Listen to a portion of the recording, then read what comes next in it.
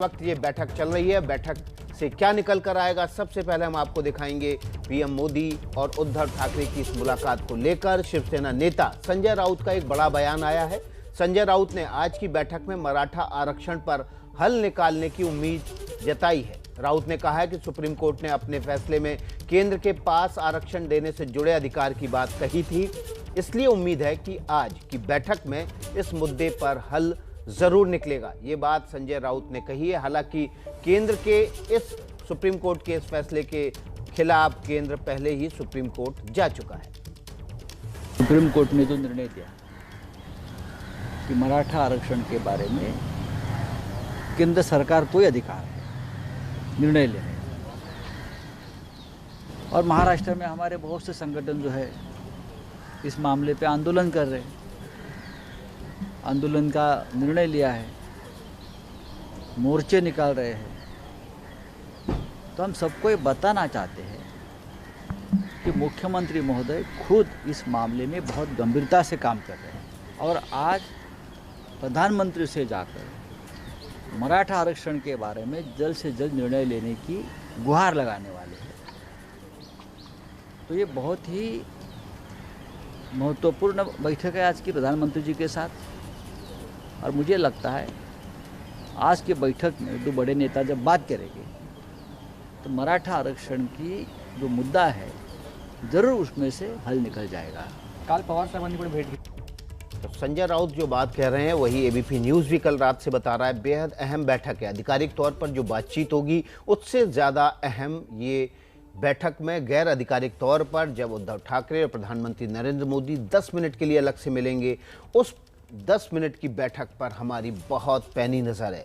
हमारी कोशिश होगी कि उस 10 मिनट की बैठक में क्या निकल कर सामने आया है वो हम अपने दर्शकों को सामने परोस सकें। सबसे हमारे साथ इसी खबर पर हमारे 3 संवाददाता जुड़े हुए हैं। रौनक कोकड़े मुंबई से, अंकित गुप्ता दिल्ली से और नीरज पांडे भी दिल्ली से जुड़े हुए हैं। सबसे पहले रौनक का रुख कर लेते हैं। रौनक, जो एक खबर है कि 10 मिनट के लिए प्रधानमंत्री मोदी और उद्धव ठाकरे की मुलाकात होगी, इस मुलाकात के मायने समझाइए। जी देखिए, निश्चित तौर पर विकास अपन अगर देखें तो लगातार नरेंद्र मोदी जो प्रधानमंत्री और मुख्यमंत्री उद्धव ठाकरे, इनके बीच में काफ़ी अच्छे संबंध जो देखने को मिले। भले ही महाविकास आघाड़ी की सरकार बीजेपी को छोड़कर शिवसेना ने यहाँ पर स्थापित की हो, लेकिन प्रधानमंत्री मोदी को लेकर कभी इस तरह का सख्त रुख जो है वो शिवसेना की ओर से और ख़ासतौर से मुख्यमंत्री की ओर से नहीं उठाया गया है। भले ही बीजेपी और इसके पहले जब बीजेपी के राष्ट्रीय अध्यक्ष अमित शाह हुआ करते थे, उनको लेकर भले ही इनके अलग रिजर्वेशंस रहे हो, उनको लेकर अलग अलग बातें जो है वो कही गई हो, लेकिन प्रधानमंत्री मोदी के साथ हमेशा से ही उद्धव ठाकरे के रिश्ते जो है वो मधुर रहे। आपको याद है कि कुछ दिनों पहले जो दूसरी लहर से जिस तरह से महाराष्ट्र ने सामना किया और मुख्यमंत्री उद्धव ठाकरे ने लगातार इस सिचुएशन को हैंडल किया, उसको लेकर भी प्रधानमंत्री जो वीडियो कॉन्फ्रेंसिंग मुख्यमंत्रियों के साथ हुई है उसमें महाराष्ट्र के मुख्यमंत्री और महाराष्ट्र सरकार की तारीफ कर चुके हैं। इसलिए देखना दिलचस्प होगा कि जब ये 10 मिनट की व्यक्तिगत मुलाकात जो खुद उद्धव ठाकरे की तरफ से प्रधानमंत्री कार्यालय को मांगी गई है, अगर ये मुलाकात होती है तो यहाँ पर राजनीतिक चर्चाएं निश्चित तौर पर होगी। ये भी आपको बता दें विकास की महाविकास आघाड़ी सरकार पर लगातार उनके मंत्रियों पर भ्रष्टाचार के आरोप लग रहे हैं। विपक्ष में बैठी बीजेपी लगातार सरकार को घेर रही है। मराठा रिजर्वेशन के मुद्दे पर भी सुप्रीम कोर्ट ने जैसे ही मराठा रिजर्वेशन को रद्द कर दिया, उसके बाद से ये पूरा ठीकरा जो है बीजेपी ने वो उद्धव ठाकरे के सिर फोड़ा था, और यही वजह है कि उद्धव ठाकरे दबाव में है। यहाँ पे जो स्थानिक संगठन है वो भी लगातार आंदोलन करने की धमकी जो है वो सरकार को दे रहे, तो दबाव सरकार पर है। इसीलिए प्रधानमंत्री के दरबार में जाकर मराठा रिजर्वेशन का मामला हो या दूसरे अनेक मुद्दों पर आज खुलकर उद्धव ठाकरे 1-to-1 बात करना चाहते हैं, इसीलिए ये मुलाकात जो है वो यहाँ पर हो रही है। जी बिल्कुल, आपने महत्वपूर्ण बात की कि मराठा आरक्षण के मसले पर उद्धव ठाकरे बैकफुट पर हैं, सरकार पर दबाव है, और इसी मसले को लेकर आज वो प्रधानमंत्री नरेंद्र मोदी से आधिकारिक तौर पर मुलाकात करने भी आए। अंकित गुप्ता से सुप्रीम कोर्ट के इस निर्णय के तकनीकी पहलू को समझ लेते हैं। अंकित, जब सुप्रीम कोर्ट ने मराठा आरक्षण को खारिज किया तो ये भी कहा कि केंद्र सरकार की जो ओबीसी की सूची है उसमें अगर केंद्र सरकार मराठाओं को शामिल कर लेती है तो ये आरक्षण को लेकर एक तकनीकी पक्ष मराठाओं के पक्ष में तैयार हो सकता है। अभी क्या स्थिति है? फिलहाल स्थिति यही है कि जब तक जो है केंद्र सरकार, जो सुप्रीम कोर्ट ने जिस बात का आपने जिक्र किया कि जब तक जो है केंद्र सरकार की तरफ से उस सूची में शामिल नहीं किया जाता मराठा आरक्षण, तब तक जो है वो अवैध रहेगा, असंवैधानिक रहेगा। क्योंकि सुप्रीम कोर्ट ने जो महाराष्ट्र सरकार का फैसला था मराठा आरक्षण को लेकर के, उसको जो है असंवैधानिक करार दिया था। हालांकि ये ज़रूर कहा था कि अब तक जो जितने लोगों को दे दिया गया सुप्रीम कोर्ट के फैसले तक, तब तक वो तो उसी तरीके से रहेगा, लेकिन आगे नहीं दिया जाएगा। लेकिन महाराष्ट्र सरकार ने उसको सुप्रीम कोर्ट में चुनौती दी है। लेकिन अब कोशिश क्या है? कोशिश जिस बात का है उसके तहत अगर इसको लाया जा सकता है तो महाराष्ट्र सरकार का पक्ष मजबूत हो जाएगा।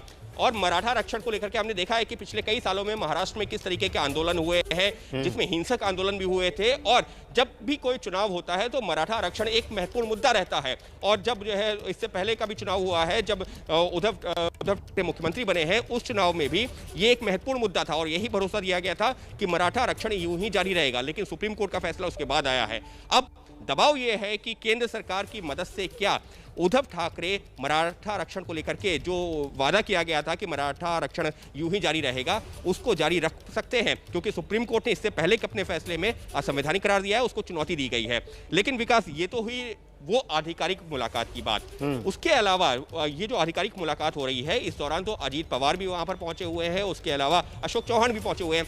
ये जो है अलग अलग मुद्दे हैं जिनको लेकर के जो राज्य की समस्याएं हैं उन पर बातचीत होगी, जिसमें मराठा आरक्षण सबसे अहम मुद्दा है। अगर ये कहा जाए तो कहना गलत नहीं होगा। लेकिन उसके बाद जिस चीज़ का आप जिक्र कर रहे थे रौनक से भी, और आप खुद जो है सालों से देखते रहे कि किस तरीके से शिवसेना के नेता और खुद बीजेपी के आला नेताओं में जो है संबंध रहे हैं, किस तरीके से बातचीत रही है, वैचारिक तौर पर दोनों पार्टियां एक दूसरे के कितने करीब रही हैं।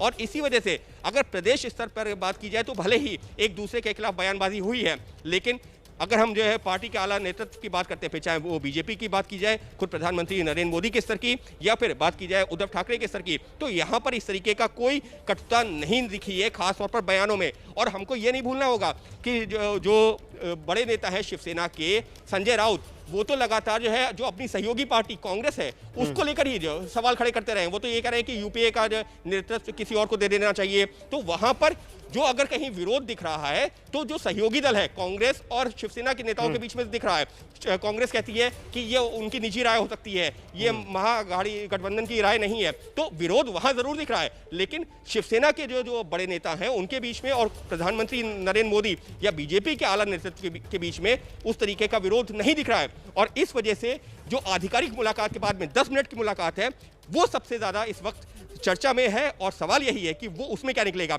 विकास, बस एक आपको तस्वीर और दिखाना चाहूंगा। इस वक्त मैं यहाँ पर महाराष्ट्र सदन में हूँ और यहाँ पर इंतजाम किया गया है कि प्रधानमंत्री की मुलाकात के बाद में उद्धव ठाकरे यहाँ पर पहुंचेंगे और बाकायदा प्रेस के सवालों का जवाब देंगे। तो हम उम्मीद कर रहे हैं कि उद्धव ठाकरे से ये सवाल भी जरूर पूछा जाएगा उनकी निजी मुलाकात को लेकर के।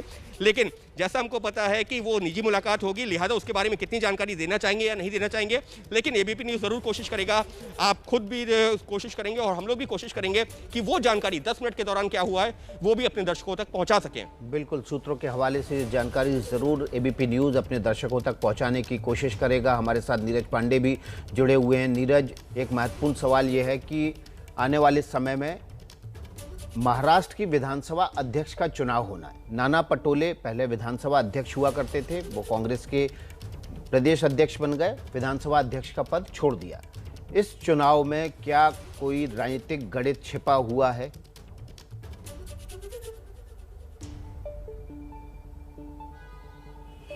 राजनीति की भी नाना पटोले पहले भारतीय जनता पार्टी से सांसद रहे, इस्तीफा देकर कांग्रेस में गए और अब वो प्रदेश अध्यक्ष हैं। तो निश्चित रूप में भारतीय जनता पार्टी कतई नहीं चाहेगी कि नाना पटोले वहां पे विधानसभा अध्यक्ष बने। तो भविष्य में क्या होगा वो सब सामने आएगा। लेकिन अभी फिलहाल हमें वर्तमान पर बात करनी चाहिए। विकास और वर्तमान ये है इस समय कि मराठा आंदोलन को लेकर इस समय सरकार दिल्ली दरबार में बैठी है, यानी प्रधानमंत्री आवास में बैठी है। और मराठा आरक्षण दरअसल वो मुद्दा है जिसको हर पार्टी अपने लिए एक चुनावी टूल के रूप में इस्तेमाल करना चाहती है। दरअसल कांग्रेस और दूसरे जो दल इनके साथ साथ महागठबंधन गठबंधन है, वो चाहता है किसी भी तरह से मराठा आरक्षण करा लिया जाए ताकि जो आने वाला लोकसभा चुनाव है उसमें से इसका सीधा फायदा लिया जा सके, आने वाले विधानसभा चुनाव में भी इसका फायदा लिया जाए। भारतीय जनता पार्टी कतई नहीं चाहेगी कि इस समय इस सरकार के दौरान, इस गठबंधन के दौरान मराठा आरक्षण लागू हो पाए, और यही कारण है कि भारतीय जनता पार्टी के जो लीडर्स हैं, खासकर प्रदेश के लीडर्स हैं, वो सरकार पर हमलावर हैं कि आप लोगों ने मराठा आरक्षण को सही तरीके से पेश नहीं किया, जिसकी वजह से आज मराठा जो एक तबका है जिसको आरक्षण की जरूरत है उसको वो फायदा नहीं मिल पा रहा है। तो बिल्कुल फायदा नहीं मिल पा रहा है। इस बीच नीरज पांडे हमारे साथ, निपुण सहगल भी जुड़ गए सुप्रीम कोर्ट से, और सुप्रीम कोर्ट में ही ये मामला अभी तय होना बाकी है। महाराष्ट्र सरकार भी पुनर्विचार याचिका दाखिल कर चुकी है और केंद्र सरकार की तरफ से भी सुप्रीम कोर्ट की इस रूलिंग के खिलाफ याचिका गई थी। निपुण सहगल से समझ लेते हैं। निपुण, अभी मराठा आरक्षण को लेकर वस्तु स्थिति क्या है? देखिए विकास, वस्तु स्थिति बिल्कुल साफ है कि जो आरक्षण दिया था महाराष्ट्र सरकार ने उसको रद्द कर दिया गया है। सुप्रीम कोर्ट ने कहा था कि इस दौरान जिन लोगों को आरक्षण शिक्षा में या नौकरी में मिल गया वो तो रहेगा, लेकिन आगे से ये बिल्कुल बंद कर दिया गया है। अभी इस आदेश को किसी ने चुनौती नहीं दी है पुनर्विचार याचिका के जरिए। केंद्र सरकार ने एक पुनर्विचार याचिका जरूर दाखिल की है, लेकिन उसका बिंदु बहुत सीमित है। उसी फैसले में जिसमें मराठा आरक्षण को रद्द किया सुप्रीम कोर्ट ने, उसमें एक नई व्याख्या कर दी संविधान की कि केंद्र सरकार ही किसी भी राज्य में ओबीसी की लिस्ट में बदलाव करने में सक्षम है। तो केंद्र सरकार का यह कहना है, जो सीमित चुनौती दी गई है कि हमारे ऊपर यह कहना कि हम हर राज्य में ओबीसी की लिस्ट तय करेंगे, यह ठीक नहीं है। राज्यों को भी अधिकार है। तो सिर्फ इस बिंदु को चुनौती दी गई है। महाराष्ट्र सरकार को चुनौती देनी होगी सुप्रीम कोर्ट में आके, ये दरख्वास्त करनी पड़ेगी, बल्कि चुनौती शब्द का इस्तेमाल गलत है। एक अंतिम फैसले के बाद पुनर्विचार की प्रार्थना करनी पड़ेगी सुप्रीम कोर्ट से। वो अभी तक महाराष्ट्र सरकार ने नहीं की है। हालांकि जब भी महाराष्ट्र सरकार ये प्रार्थना करेगी और सुप्रीम कोर्ट इसे सुनेगा, तब केंद्र सरकार के सहयोग की भी उसे जरूरत पड़ेगी वहां पर। बिल्कुल, तो निपुण बता रहे हैं किस तरह से इस मसले पर, मराठा आरक्षण के मसले पर केंद्र सरकार के भरोसे है महाराष्ट्र की सरकार, और महाराष्ट्र सरकार किस तरह से मोदी सरकार से इस पूरे मामले पर सहयोग चाहती है। उसी को लेकर आज ये मुलाकात बेहद अहम है। लेकिन इस मुलाकात के राजनीतिक पहलू पर नजर डालेंगे और अभी छोटा सा ब्रेक लेंगे। चारों संवाददाता हमारे बने हुए।